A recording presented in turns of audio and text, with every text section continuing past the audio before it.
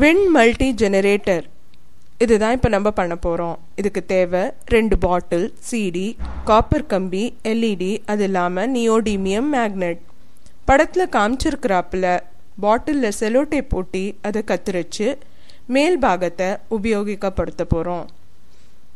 மேல் பாகத்தில் காமிச்சிருக்கிறாப்பில் கத்திரிச்சு இலைகள் ஏற்படுத்தணும். இந்த மாதிரி இலைகளெல்லாம் கத்திரிச்சு எடுத்த பிறகு பாட்டில் மூடியை அமுக்கினோம்னா இலைகள்லாம் பிரிச்சிடும். பிரிஞ்சதுக்கப்புறம் நம்ம இந்த இலைகளெல்லாம் கொஞ்சமாக திருகினோம்னாக்க ப்ரொப்பல்லர் தயாராகும். இப்போ நம்மளுக்கு தேவை ஒரு ப்ரெஸ் பட்டன். ப்ரெஸ் பட்டனில் பள்ளம் இருக்கிற பகுதி தான் நம்மளுக்கு தேவை. ஒரு பாட்டிலில் சின்ன ஓட்டை போட்டு அதில் ஃபெவிபாண்ட் தடவி இந்த ப்ரெஸ் பட்டனை அது உள்ள சரிப்படுத்தணும். இன்னொரு மூடியிலையும் இதை மாதிரி நம்ம ப்ரெஸ் பட்டன் ஒட்டி அந்த 2 மூடியும் செலோ டேப்பால் சரிப்படுத்தணும். இந்த 2 மூடியும் நம்ம ப்ரொப்பல்லரில் திருகிடணும். இந்த பள்ளத்தில் ஒரு சைக்கிள் ஸ்போக் சுலபமாக ஃபிட் ஆகும்.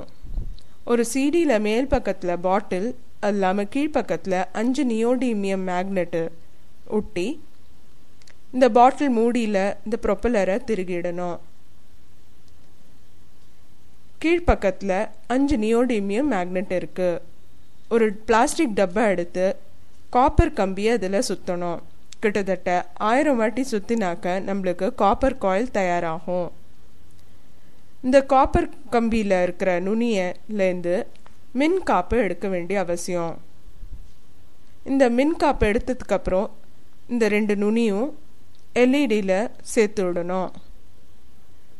நியோடிமியம் மேக்னெட் இது மாதிரி நம்ம கிட்ட எடுத்துன்னு வந்தாக்க காப்பரில் மின் தயாராகும். அதனால எல்இடி எரியும்.